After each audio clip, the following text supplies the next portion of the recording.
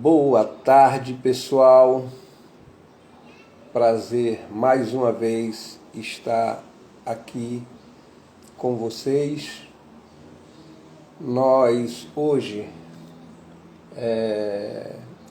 por volta das 17 horas, vamos estar numa live com o Dr.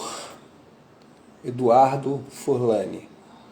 Dr. Eduardo Furlani é aquele cidadão que, estando nas manifestações de 1º de maio, Dia do Trabalhador, onde milhões de brasileiros foram às ruas em todo o país, aqui na capital do estado do Ceará, Fortaleza, teve algumas repreensões. E o Dr. Eduardo é um daqueles que foram vítimas dessas opressões, certo? O Dr. Eduardo é membro e titular da Sociedade Brasileira de Cirurgia Plástica, é reconhecido nacional e internacionalmente, tem mestrado e pós-doutorado de cirurgia plástica pela Universidade Federal de Medicina do Estado do Ceará. Já ministrou aulas, palestras, né? Então, uma pessoa, um cidadão com a sua competência acadêmica e profissional, né? E tratado daquela forma que nós vimos e a grande mídia propagou como um médico bolsonarista, quer dizer, uma coisa assim absurda. Nós vamos conversar nessa live hoje com o Dr. Eduardo Furlani e eu espero que vocês gostem. Ele acabou de entrar e nós vamos convidá-lo, tá ok?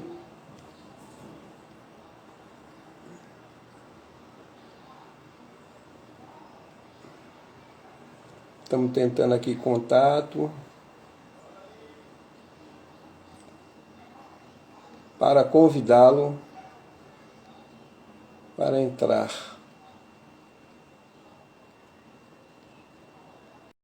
Vamos aguardar um pouquinho, que nós vamos bater um bate-papo aqui. Doutor Eduardo Furlani, prazer enorme, muito obrigado por ter aceitado o nosso convite, né? Esse bate-papo certamente será gravado e algumas partes dele nós vamos reproduzir na edição da revista Vias e Rodovias de julho, ok? Eu espero que seja um papo assim bem produtivo.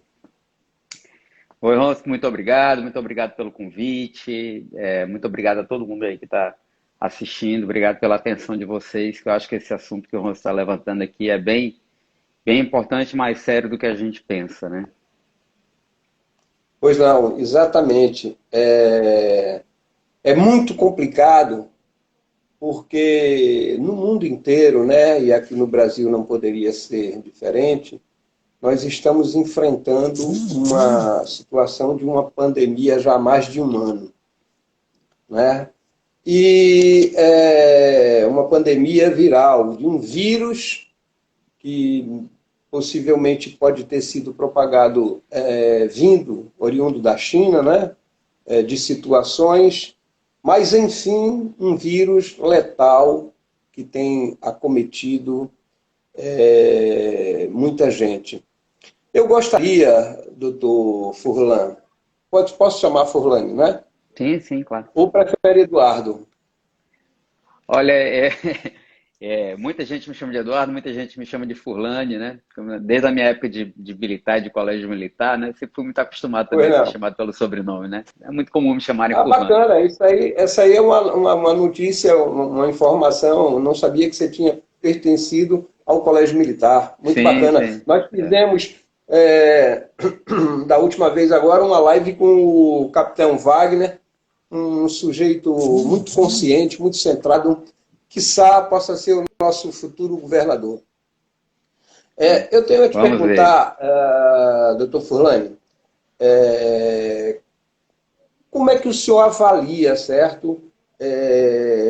O tratamento precoce, ele é tão importante quanto essas vacinas que ainda não estão 100% avaliadas, né? Elas estão aí e tal, mas em fase de testes. Não são 100%. O que o senhor pensa, o que o senhor me diz sobre o tratamento precoce? Vamos falar sobre a questão do coronavírus. Certo. Primeira coisa, é a gente não generalizar tanto as coisas.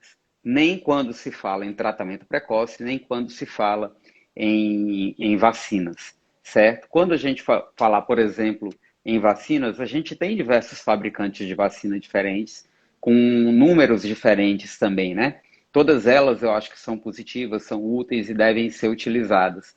Mas, por exemplo, a gente tem vacina com 50% de eficácia esperada, a gente tem vacina com 76% de eficácia esperada e tem vacina com 90 e tantos por cento de eficácia esperada também. Então, são cenários muito diferentes, né? Tratamento precoce, né? Tratamento precoce, se você usa só essa palavra, eu sou extremamente a favor. Aliás, eu não conheço tratamento na medicina que não tenha melhor resultado sendo feito precocemente, certo? Mas o que se entendeu lá no começo do tratamento da Covid era muito difícil. A gente ia vendo o que ia saindo de estudo, a gente aproveitava o que uma médica falou no Instagram lá em Barcelona, a gente aproveitava o que um médico na Itália falou numa live, porque qualquer informação era válida. Aí depois as informações vão melhorando de qualidade, né? Então, inicialmente, pensava-se que não se podia fazer nada e que você deveria entubar, por exemplo, um paciente precocemente, né? Mesmo antes de entrar em falência respiratória, né? Então isso aí mudou completamente. Hoje a gente entuba em último caso já na falência respiratória que não conseguiu ser revertida por outros meios. E quanto ao tratamento precoce, né? A gente teve assim a primeira droga que se levantou foi a cloroquina e a hidroxicloroquina, né? Foi uma droga que ficou muito controversa, demorou muito para a gente conseguir alguma evidência mais sólida, mas a gente já tem meta-análises que mostram que tem realmente um efeito positivo. É uma bala de prata que vai curar todo mundo com Covid? Não é. Nenhum tratamento em medicina é assim. Mas tem uma boa redução de mortalidade, tem uma boa redução de carga viral e uma diminuição de tempo de transmissibilidade, né? O tempo que a pessoa fica portando o vírus. Então, possivelmente, a gente pode imaginar que essa pessoa que passou menos tempo com o vírus, ela vai transmitir para menos gente. Então, pode diminuir a taxa de transmissibilidade. Depois se estudou também a ivermectina, né? A ivermectina veio... Os estudos começaram depois da hidroxicloroquina, mas aparentemente ela tem resultados ainda mais promissores que os da cloroquina, né? Uma coisa que animou muito no começo foi a utilização do antibiótico em conjunto, que era a azitromicina, e isso parece que já vem diminuindo um pouco a utilização. Mas, respondendo a sua pergunta, né, eu sou muito a favor da gente começar a colar nesse paciente desde o começo e tratar cada fase com a sua indicação, né? Então, bem no início da terapia, eu sou a favor, sim, de se utilizarem essas medicações que a gente tem fortes indícios de que baixam a carga viral. Numa fase intermediária, a gente já pode utilizar preventivamente anticoagulantes, numa fase em que antigamente se diria que não era nem para ir para o hospital ainda, certo? Eu acho que a utilização de anticoagulantes já é bem indicada. Numa fase já intermediária, mas que ainda seria antes da pessoa ir para o hospital, ter falta de ar, a utilização de corticoides, né, também em altas doses, ela tem se mostrado muito eficaz. Então, cada fase da doença, de acordo com a evolução clínica, tem a indicação da sua medicação, né? E todas essas são antes de uma fase do que era dito antes, né? Vá ao hospital em insuficiência respiratória para ser entubado, né? Então, toda essa linha de tratamento, ela diminui de fato a quantidade de gente que vai acabar necessitando de intubação, que vai ter sequela depois, tá certo? E eu não vejo ninguém que não pratique nada disso mais. Há quem diga que não defende o tratamento precoce, mas mesmo essas pessoas usam anticoagulante, usam o corticoide, só não usa o que o Trump e o Bolsonaro falou. O resto pode usar, né? Porque É isso. aí, né, infelizmente, essa impregnação ideológica ela também afeta a classe médica. Sim, com certeza, e afeta de uma maneira geral. Eu tenho colegas que, como testemunha, que têm tomado a ivermectina com bons resultados, né? A situação da pessoa assintomática, doutor Furlan, essa pessoa, ela mesmo estando assintomática, ela pode vir a transmitir sem saber, sem ter aquela consciência de que está transmitindo para outras pessoas? Tem esse caso? Sim, pode acontecer, né? Nós não sabemos muito sobre isso, porque normalmente os pacientes assintomáticos eles não chegam a ter o diagnóstico e a gente fica meio sem informações de transmissibilidade, né? Mas acredita-se que o paciente assintomático ele pode transmitir sim. Agora, é bem provável que com o avanço das pesquisas a gente perceba que essas pessoas que transmitem seja bem menos do que se imaginava no começo, porque a transmissibilidade ela depende também da carga viral. E normalmente a sintomatologia depende da carga viral. Então, pessoas com a carga viral mais alta, elas costumam ser mais transmissíveis do que pessoas com a carga viral mais baixa.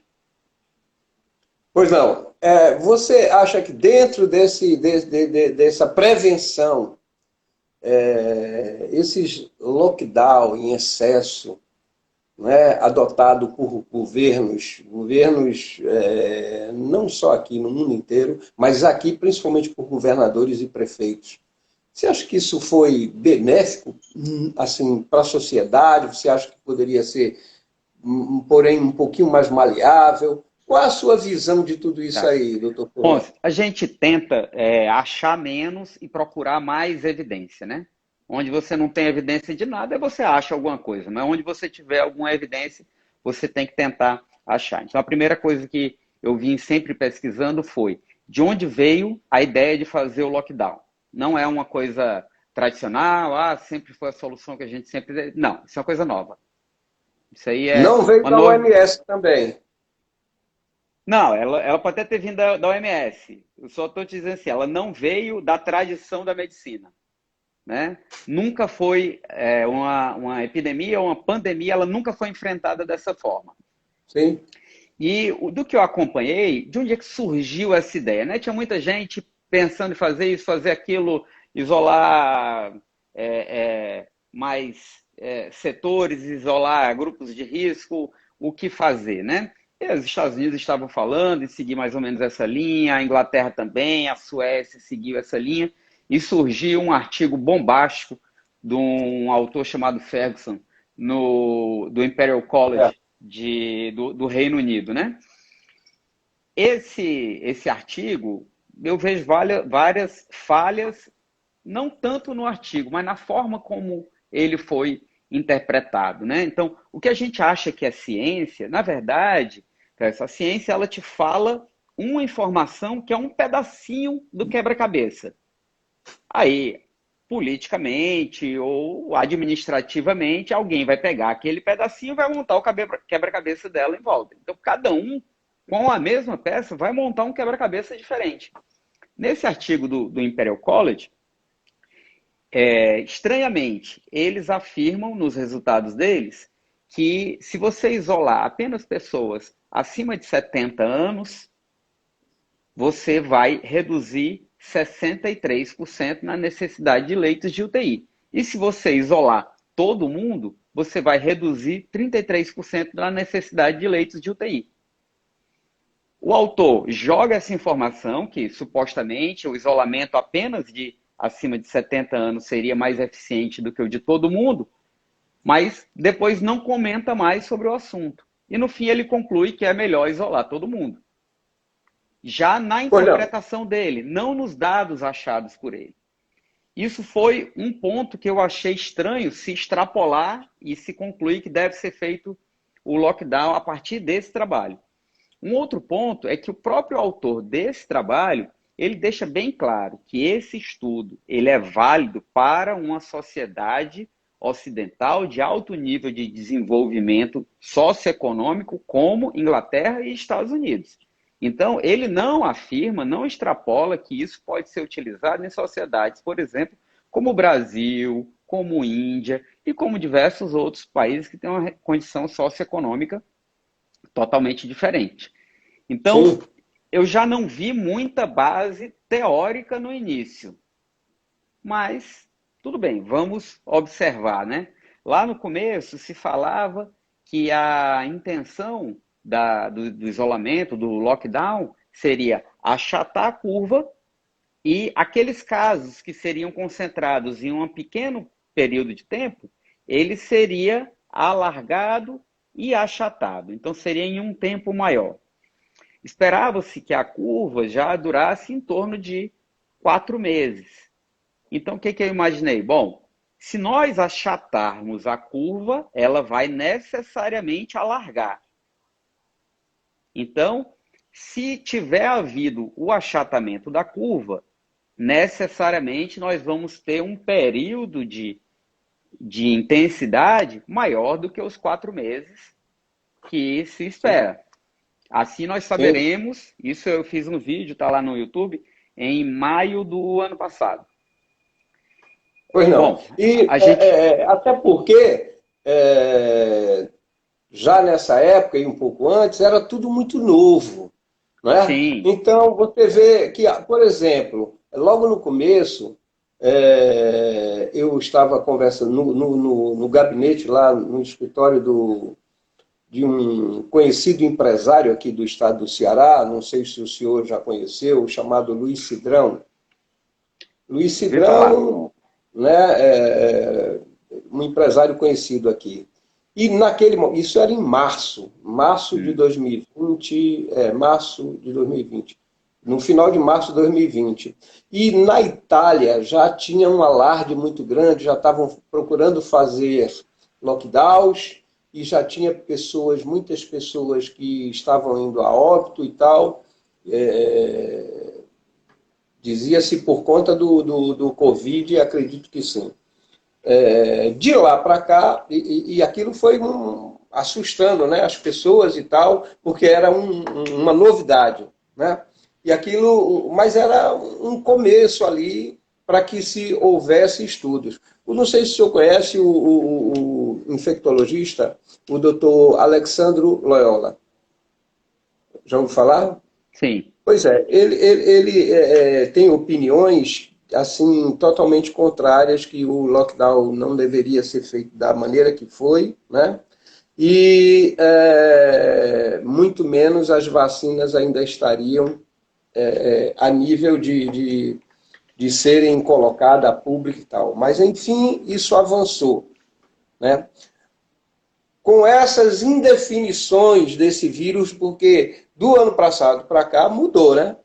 Mudou, já teve uma variante e tal. Você acha que vai ter outras variantes que ainda tem um perigo maior, como estão querendo propagar aí a grande mídia, que pode acontecer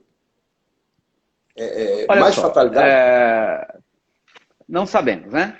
Concluindo a questão da minha opinião sobre o lockdown, eu não vi base científica, eu não vi se concretizar na prática e todos os estudos que compararam regiões que fizeram mais com regiões que fizeram menos não mostraram benefício do ponto de vista de número de casos e de mortalidade. Então, eu, da forma que vem sendo feito na maior parte dos locais, eu sou contra e da forma que é feita aqui no Ceará, ou é questão de cadeia, ou é questão de internar no manicômio. Um governador que manda tirar do mar a pessoa que pode ficar no bar, né? Então, isso aí ou é loucura ou é mau caratismo. Eu não vejo outra explicação. Sim, isso é um fato, não é fantasia. Não, isso aí a gente vê, não precisa você anunciar. Vai, anda aqui na praia, vai ver ali na praia de Iracema que Isso. você vai ver o coitado do policial sendo humilhado na praia, tendo que mandar um surfista que está sozinho no mar sair do bar. E aí ele pode ir para o bar, tomar uma cerveja É, junto com os amigos dele. Mas ele não pode ficar é. no mar surfando, né? Mas quanto a novas variantes, bom, teoricamente é possível que esse isolamento aumente a circulação de novas variantes. Tem alguns infectologistas defendendo isso aí. Eu não posso te dar uma informação dessa. Eu não acho nenhum absurdo quem está falando isso, né? Pelo que as pessoas têm falado, né? Por mais que a situação seja difícil, onde se foi mais aberto, se resolvem as coisas mais rapidamente sem ter uma recirculação tão grande e sem criar novas variantes, né? A rainha do lockdown foi a Inglaterra, que é a rainha da nova variante, né? Exato. Diante dessa sua teoria, dessa sua opinião, a gente conclui, ou eu posso estar enganado, que o tratamento precoce ele ainda é melhor do que as vacinas que não podem não surtir efeitos diante dessas novas variantes. É. Mas eu não colocaria dessa forma, sabe? Tudo em medicina existe a prevenção primária, a prevenção secundária, entendeu? Então, você tem a prevenção primária, que é a vacina, a prevenção secundária, que é o tratamento precoce, né? Eu não vejo por que as coisas serem excludentes e por que ser a favor da vacina, quem é a favor da vacina é contra o tratamento precoce e quem é a favor do tratamento precoce é contra a vacina. Tem que ter os dois. É um Pode absurdo. caminhar ali, lado a Não, lado. mas claro, você tem que pesquisar as duas coisas. Eu vejo um esforço muito grande por derrubar. Por que esse esforço para derrubar o tratamento? Ainda que não funcionasse, por que tanta energia gasta em desacreditar um tratamento seguro? Eu nunca vi isso na medicina. Até hoje, o que se trata para o H1N1, o influenza, o Tamiflu, que foi amplamente utilizado, ele não tem esse nível de evidência todo. Mas na dúvida a gente usa, porque a gente sabe que o risco é menor do que o benefício. Agora, foi a primeira vez na minha vida que eu vi médico lutar contra o tratamento. Precoce. Exatamente. Agora, aí é onde entra aquilo que a gente conversou no começo, que é o jogo político. Né? Muito do jogo político aí. E falando um pouquinho mais sobre a situação de lockdown, como o senhor foi nas manifestações, né, do Dia do Trabalho e tal, como cidadão, estava lá apoiando o movimento que o senhor acredita e tal, como patriota, como o senhor se sentiu naquela hora, vendo seus direitos cerceados ali, em plena democracia, certo? Da forma que foi, doutor Furlan. Pai, Vance, é um momento que você compreende muita coisa. É um momento que você compreende o que é tirania, o que é abuso de poder, o que realmente coisas que a gente vê em livros, em romances, em livros de história, mas a gente não entende bem, né? Aquela sensação de que a gente é convencido que hoje a gente vive na era da liberdade, que a gente faz o que quer. Gente, que ideia mais estapafúrdia que a gente faz o que quer hoje em dia, né? Eu nunca vi uma... Não, gente presa sempre existiu na história, né? Mas presa por estar se manifestando já é uma grande exceção. Preso por estar trabalhando, essa eu nunca tinha visto. Eu nunca, eu acho que Gengis Khan nunca imaginou Alexandre o Grande, Stalin, que conseguiria, com um decreto, fechar a loja de todo mundo, tirar o meio de trabalhar de todo mundo, queira você ou não, né? Então, eu acho que essa ilusão de que a gente está caminhando para mais liberdade tem que ser repensada. E aí, quando a gente perceber que perdemos a liberdade, que no começo poucas pessoas percebem, e vai aumentando a quantidade de gente que percebe, até o momento que todos percebem. Só que quando todos percebem, a gente está num estágio muito avançado. Às vezes eu fico pensando, eu não vivi essa época, mas Durante o governo militar aqui, quando dizem que foi a fase de maior Pois repressão é, eu da vivi, depois eu ditadura, quero comentar. eu vou até perguntar a sua impressão, porque pelo que eu leio do governo Médici, de fato, era uma ditadura, existia alguma repressão. O governo Médici não podia fechar comércio de ninguém, não. A maioria das pessoas estava alegre e satisfeita. Uma vez eu vi uma entrevista do Lula e o Lula comentava que se o Médici se candidatasse para presidente da República, ele era eleito no primeiro turno. O governo Médici tinha mais de 80% de aprovação. Então também não estava todo mundo percebendo que estava havendo uma ditadura, não. Assim como agora, nem todo mundo percebe. Mas tem muito mais gente perdendo liberdade hoje do que tinha na época. Sim, com certeza. É, Você é bem mais jovem que eu vivenciei, fui garoto na época da ditadura, ali nos anos 70, né? Começo dos anos 80, e posso te afirmar categoricamente, se tinha liberdade. Eu, lá no Rio de Você podia Janeiro, andar na né, rua sem medo. livremente, tinha Eu posso. algumas repressões se davam quando, por exemplo, no âmbito dos protestos de universidades estudantis, já naquela época influenciadas, certo, por movimentos comunistas, por movimentos socialistas. Aí tinha uma certa repressão. Mas você chegava ali no Posto 9, Caetano Veloso, Gilberto Gil,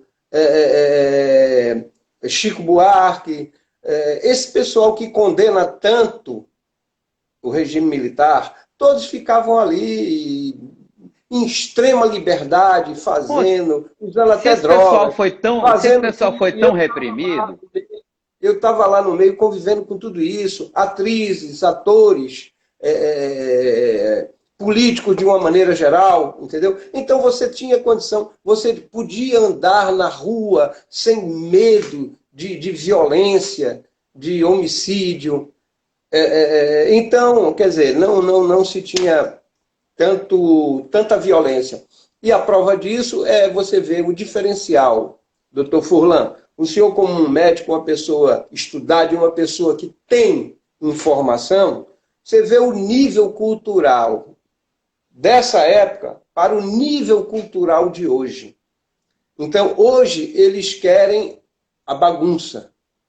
Não tem um nível cultural, um nível de elevação cultural popular, né? Nós estamos falando.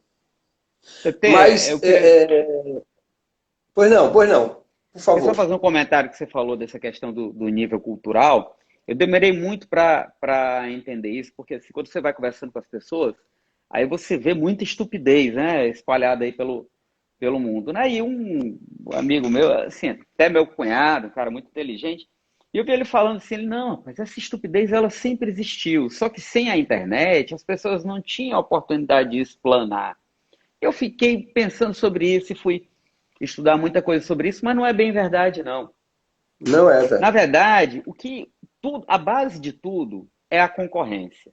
Durante muito tempo, houve um debate, uma concorrência, tinha uma esquerda que instigava uma direita, e assim os pensadores de direita eram cada vez melhores, e os pensadores de esquerda eram cada vez melhores. Quando se eliminou a direita e a esquerda se tornou hegemônica, acabou a concorrência. E o que aconteceu? Os comunistas ficaram burros também, entendeu? Porque eles não têm concorrência. Um elogia o outro, um elogia o outro. E acabou. Então acabou o desenvolvimento da inteligência no Brasil nos últimos 50 anos. Historiografia no Brasil é só a história da opressão desse pessoal que fumava maconha no posto 9. E se Sim, esse pessoal fosse tão oprimido assim, quando foi que eles fizeram a carreira deles? Eles fizeram carreira, foi na ditadura militar. Eles fizeram sim. show, eles venderam disco, eles ficaram ricos e famosos na ditadura militar. Que opressão é essa? E não existia internet. Era Sem em loco, internet. ao vivo. Então, o cerceamento de opinião hoje é maior, né? Por outros meios, pela espiral do silêncio, tentando ridicularizar quem tem uma ideia diferente, apagando a conta, bloqueando, e agora o STF chega ao absurdo de mandar prender. Está aí o exemplo do jornalista Oswaldo Eustáquio, que foi preso sem nem Sim, saber qual é a acusação e está paraplégico lá. sim. Exatamente. E não só, né, o absurdo fora do horário convencional, determinado pela Constituição, mandar prender um deputado federal, como no caso do Daniel Silveira, né, que é um absurdo. Como O, inventando a instituição do mandado de prisão em flagrante. Ele inventou sim, essa instituição. sim, sim, sim. Quer dizer, a população, a gente nota que o povo, por isso que vai todo mundo às ruas e tal, muita gente, no dia que o senhor também estava lá se manifestando, no Brasil inteiro, fala assim, mais de 25 milhões de pessoas na rua. É um número bem significativo, comparado que estamos numa pandemia e que muita gente fica ali em casa e tal, até quer protestar, mas fica em casa. Tá certo? Então, é uma situação bastante delicada e que é preciso olhar e, como o senhor disse mesmo, ficar esperto, porque eu te falo por experiência própria, porque vivi. Nós estamos hoje numa democracia mais fechada do que vivíamos no regime militar. É a minha opinião. E aí, falando em autoritarismo e isso tudo, eu te pergunto, como é que o senhor tem visto essa CPI da Covid no Senado, determinada pelo STF, o Barroso? Isso aí é mais uma daquelas histórias, né? Aquele circo pronto, né? Quando você começa a estudar um pouquinho a história dos movimentos comunistas, eles estão cheios dessas farsas, né? Julgamentos, falsificados são feitos para poder fazer linchamento moral e às vezes até realmente punições. Mas o que me deixa bem tranquilo é que eu vejo que o povo abriu os olhos para isso, eu não vejo ninguém comprando essa história, né? E cada narrativa que eles tentam colocar vai caindo. Eu te confesso que eu mesmo não sabia com detalhes essa história que o governo sempre foi acusado de retardar a compra de vacinas. E quando chegou lá o representante da Pfizer foi falar, viu que não era nada disso. A história da pressão sobre a Anvisa para indicar o uso da hidroxicloroquina, não era nada disso, não houve nunca pressão do governo federal. Né? Então, por esse lado, essa farsa toda está saindo, é um tiro pela culatra. Né? Eu acho que eles estão pressionando tanto nessa direção que eles vão acabar tendo a coisa indo na direção oposta, vai acabar sendo ruim para eles. Porque está ficando evidente demais, sabe, essa farsa, né? Sim, e basicamente o que se vê ali naquela CPI a questão do uso da cloroquina por uma opinião pessoal do presidente da República, né? Quer dizer, ali é uma opinião pessoal, como ele Que mesmo diga-se falou. de passagem, tá certa. É, A opinião dele tá exatamente, certa. E pode exatamente. ter salvo milhares de pessoas. Porque eu acho que se ele não tivesse realmente falado, talvez essa coisa não tivesse ficado em pauta, não, as pessoas não tivessem discutido tanto e teria, mesmo sendo algo positivo, teria morrido o assunto, entendeu? E aí Sim, mais gente ainda teria morrido. sim, e não é nem a questão só da cloroquina ou hidroxicloroquina, é a questão do tratamento precoce em si. Né? Porque quando Sim. eles citam um remédio, nós estamos falando do tratamento precoce em si, que realmente, na minha visão, tem ali salvo muita gente. E dá liberdade para o médico decidir. A Sim, sanha ditatorial dessas pessoas é tão grande que eles querem interferir, inclusive, no ato médico, na livre escolha entre médico e paciente. Se nós quebrarmos essa relação de confiança do médico estar sinceramente querendo o melhor para o paciente confiando nele e eles tendo poder de decisão, a medicina não existe mais. Sim. E ele sendo oprimido para não fazer isso, para não receitar certos remédios ali como precaução, aí é realmente um absurdo, né? Mas o senhor, como é que o senhor está vendo aqui o governo no estado do Ceará? Como é que o senhor tem acompanhado a política no estado do Ceará e no Brasil?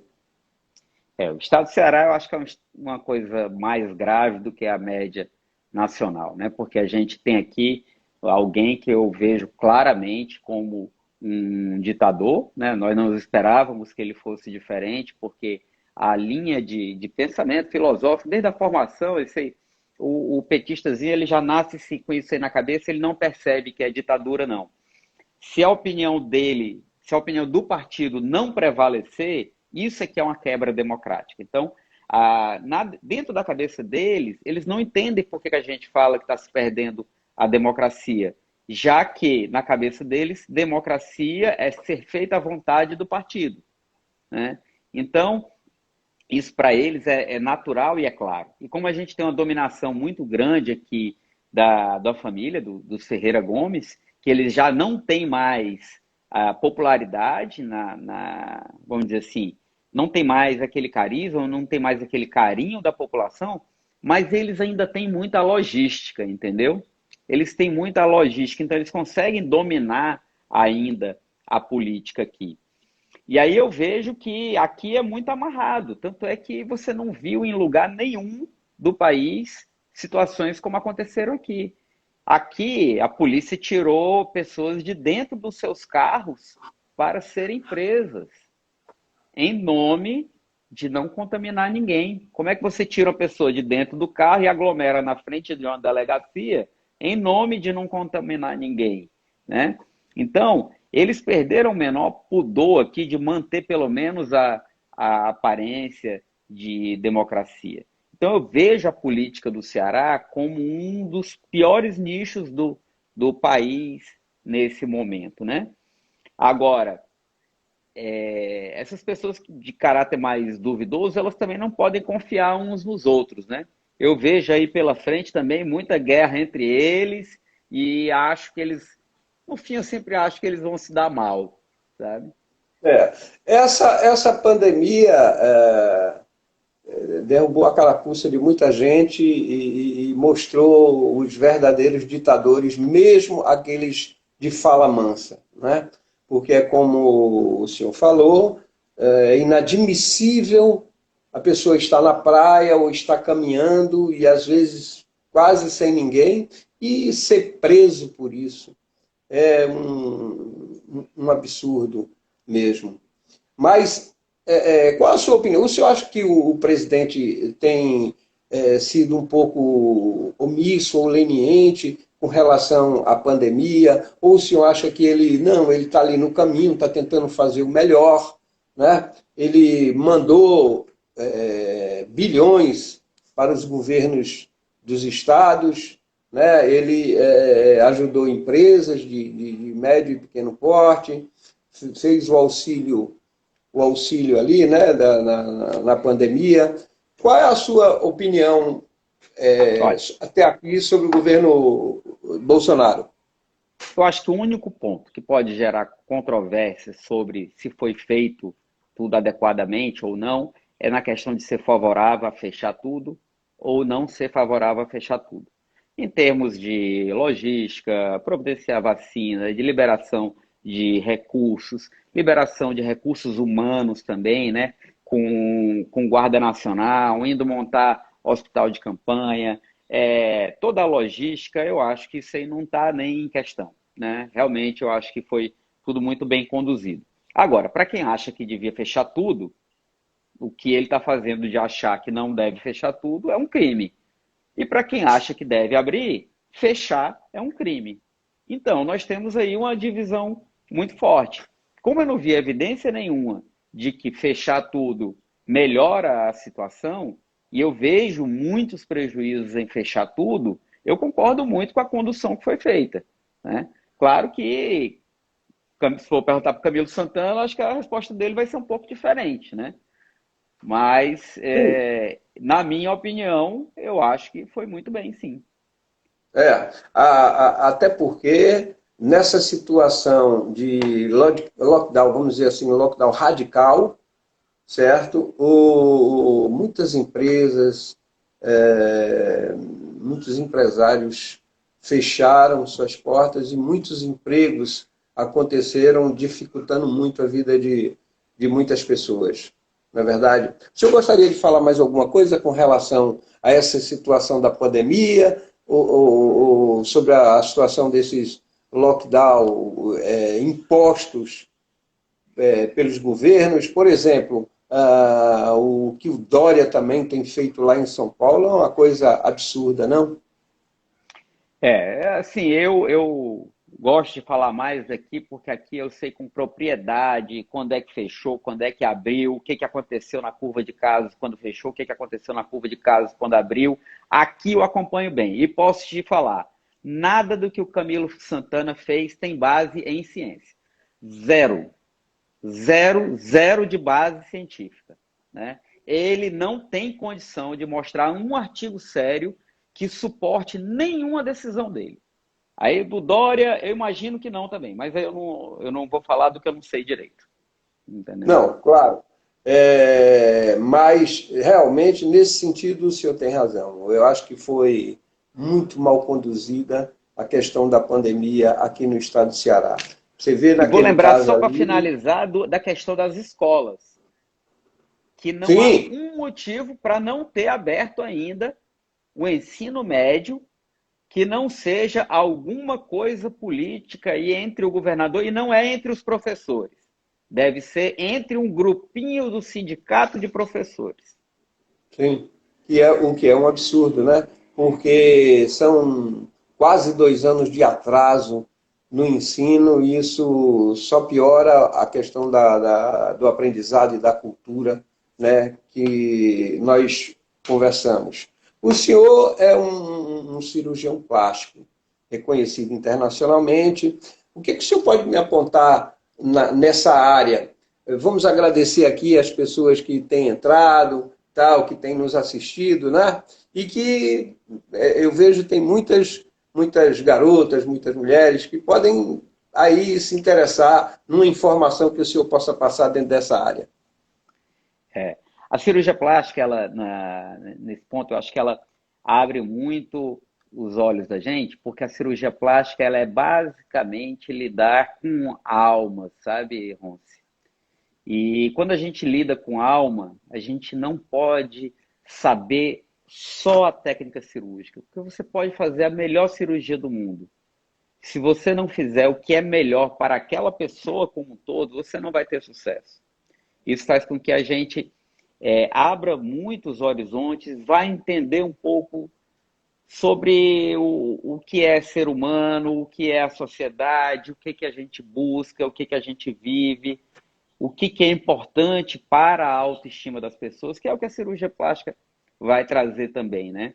E é por isso que isso me obriga, graças a Deus, a ler outras coisas também, e a estudar e saber outras coisas também que não são apenas medicina, né? Porque meus pacientes não são apenas medicina, eles são um todo, né? Sim, claro. E o que eu vejo nesse momento, acredite, Ronce, sabe o que, que os meus pacientes me falam?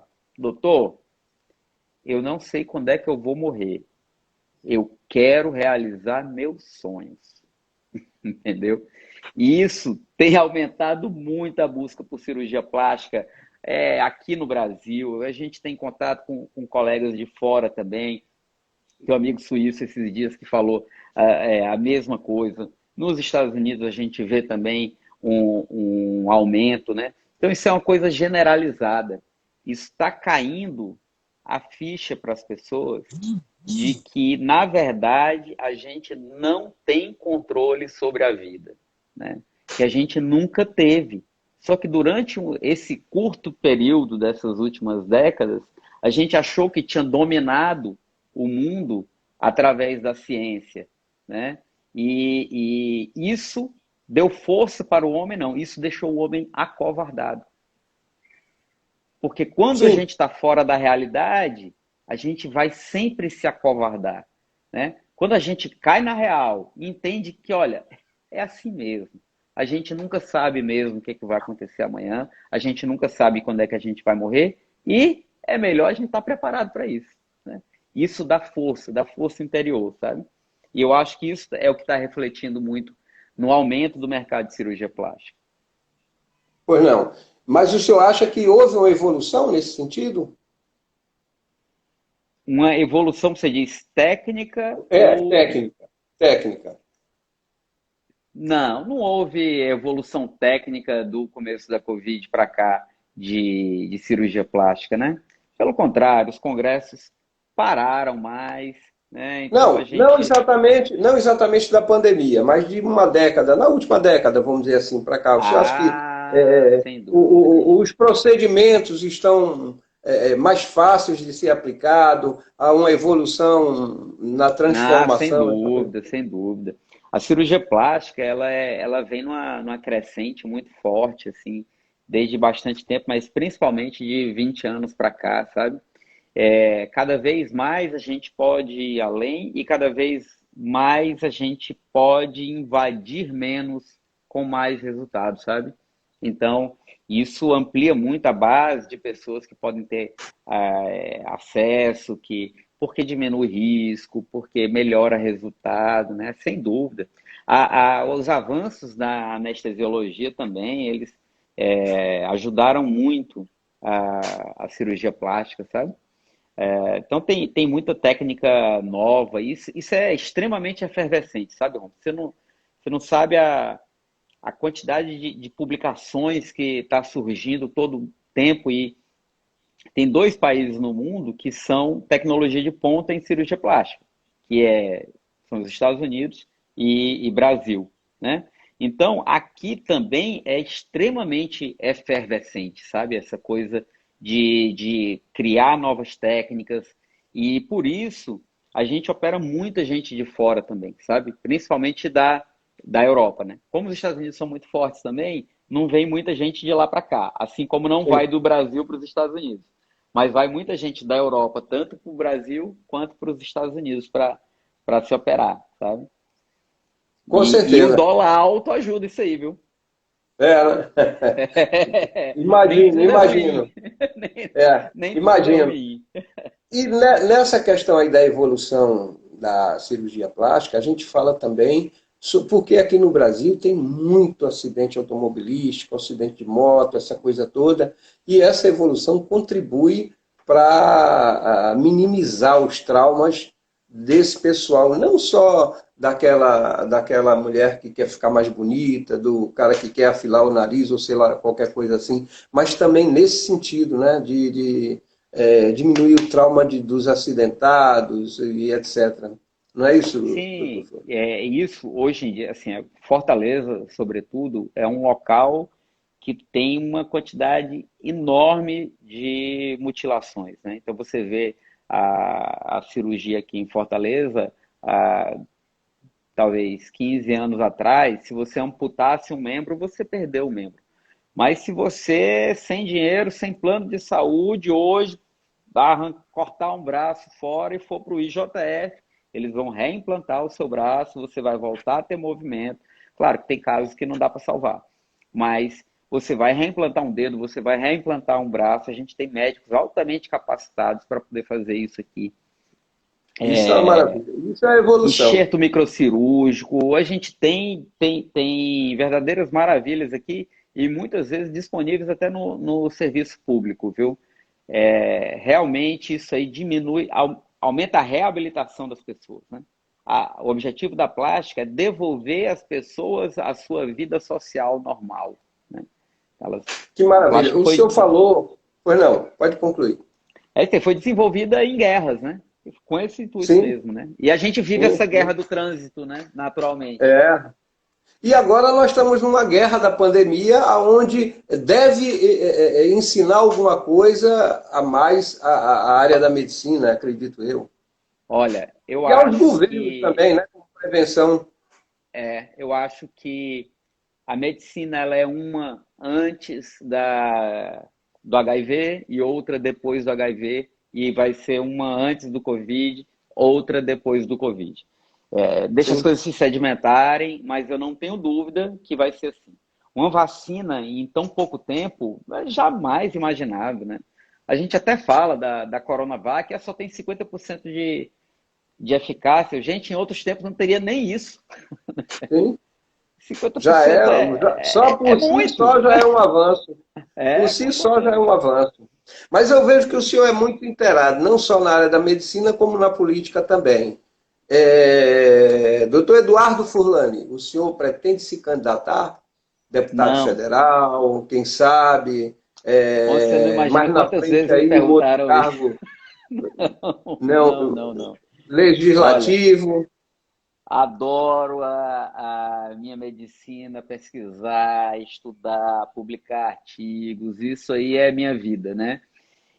O que acontece é que é o seguinte, você nunca se interessa pelo funcionamento do motor do seu carro, a não ser que ele quebre. Eu não sou esse cara envolvido e interessado em política, não. O problema é que o carro quebrou, Ronce. E eu não sei para onde Ou é que a você gente dá um está jeito, indo. né? Então, todo mundo desce do carro, arregaça aí as mangas e a gente tem que fazer alguma coisa agora. Depois a gente volta a viver normal, mas agora a gente tem que fazer alguma coisa. E como o senhor, são milhões de brasileiros que pensam dessa forma, porque estão vendo a realidade, né, da situação. Mas já que, momentaneamente, ao menos, o senhor não pensa nessa área, no futuro, quem sabe, o senhor já teria, assim, algum candidato para 2022 com relação ao governo do Estado? O senhor acha o Capitão Wagner um bom nome? Ou, quem sabe, Olha, o senador Eduardo Girão também? São dois nomes ali que são amigos, mas que estão ali decidindo quem vai ali concorrer eu, com os Ferreira Gomes. eu vou começar te dizendo o que é que eu não quero. Eu Já acho, imagino. eu acho que isso aí eu não tenho a menor dúvida do que é que eu não quero, tá?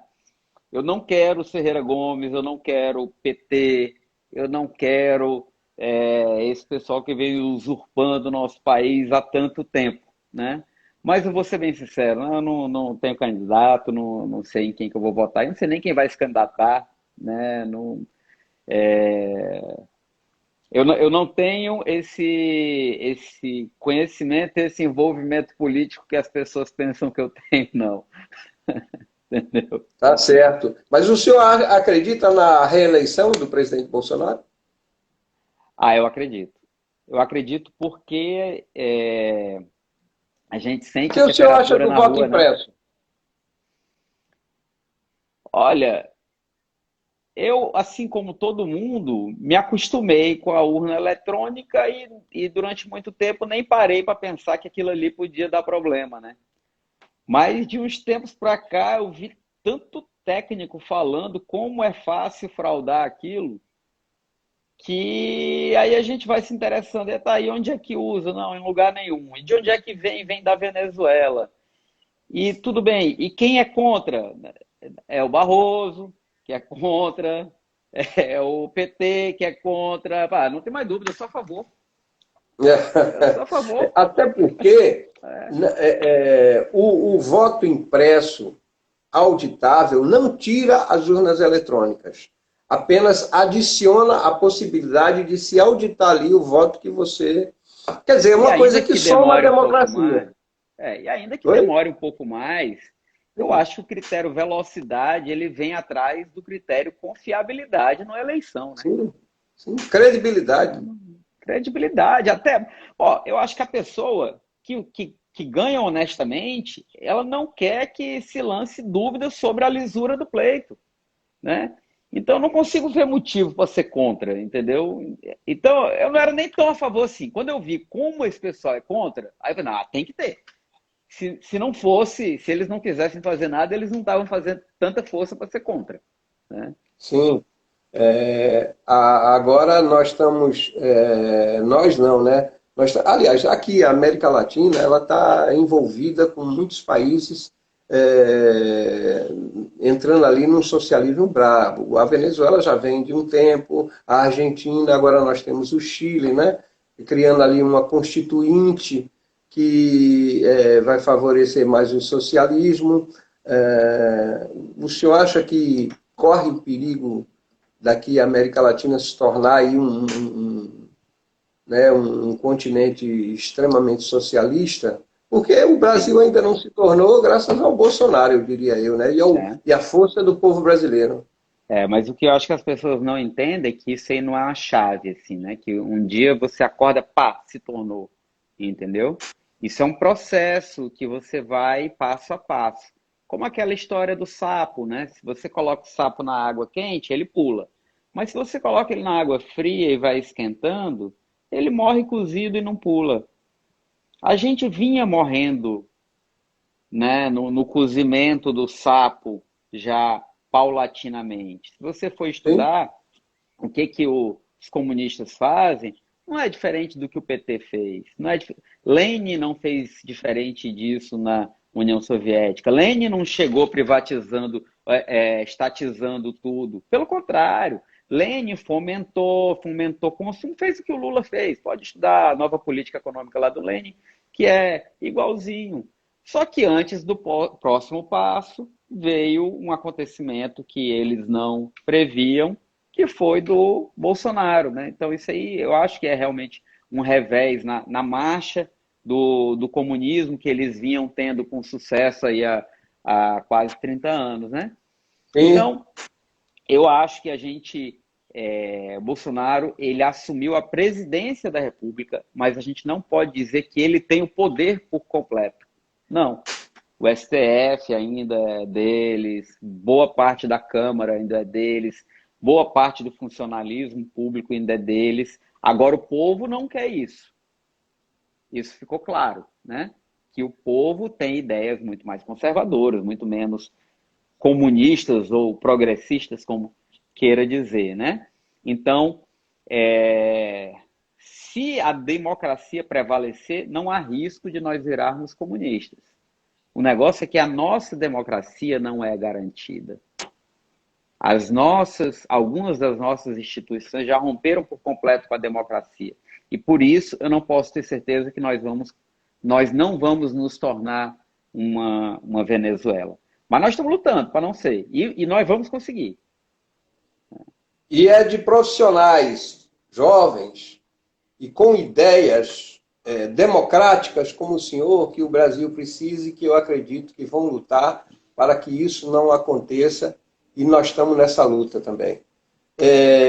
Eu tenho vários colegas que são militantes, você vê aí a grande imprensa, é um absurdo a militância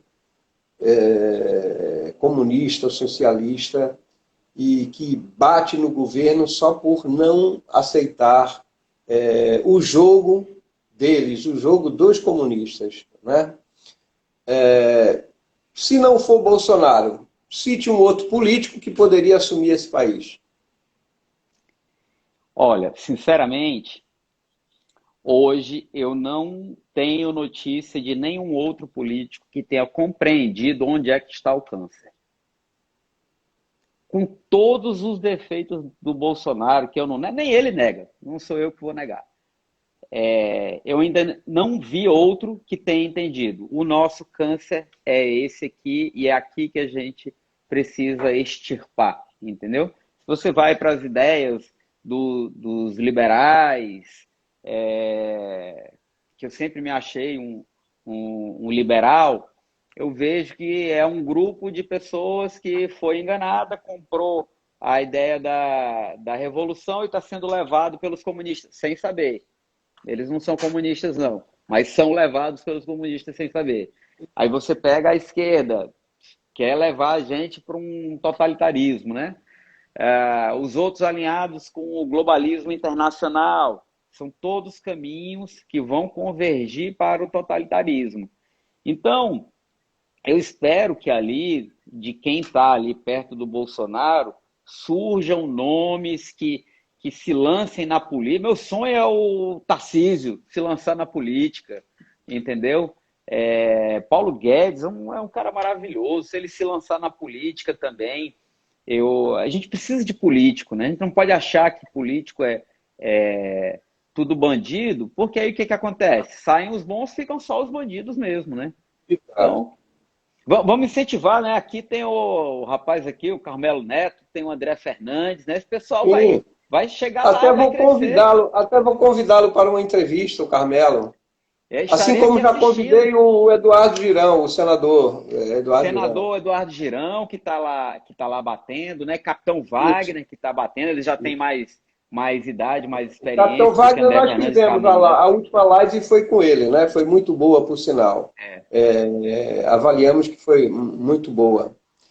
Para a gente finalizar, doutor Eduardo, porque o tempo já vai se esgotar e o tempo não perdoa, não para, né? Eu queria que o senhor fizesse, assim, dentro da sua opinião, suas considerações finais, tá certo?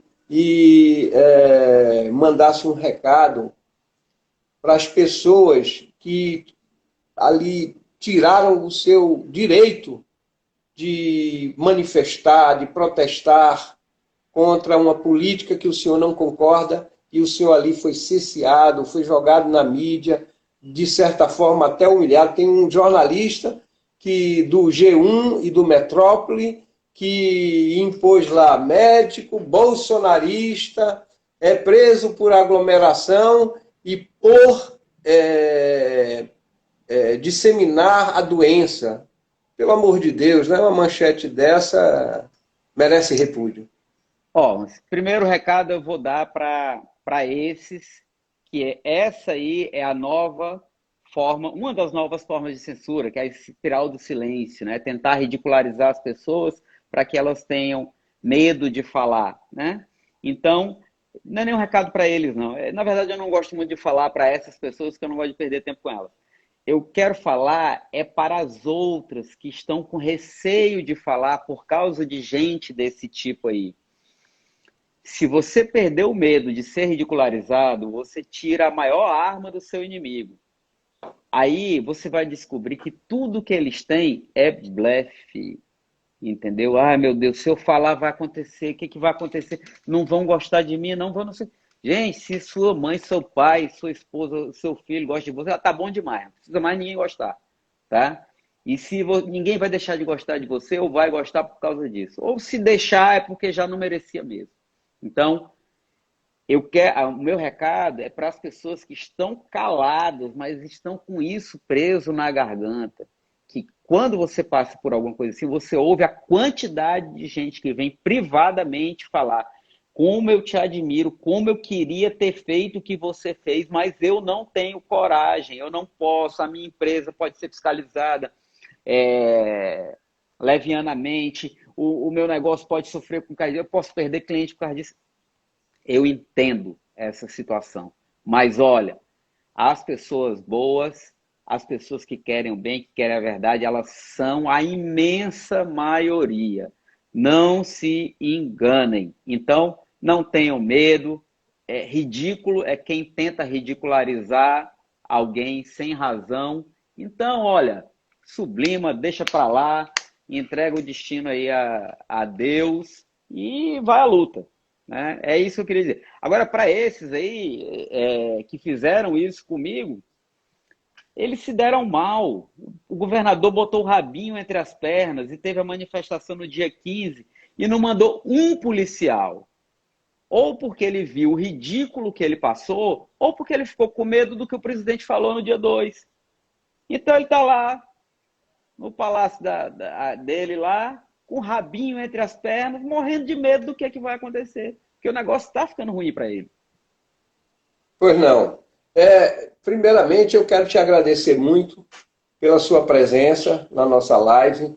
Eu espero que outras mídias, outros jornalistas, certo, que lhe deem voz na grande mídia, inclusive, porque o senhor é uma pessoa inteligente e pode contribuir muito para o Estado, principalmente na questão da medicina, dos avanços, né, que podem ser úteis à população.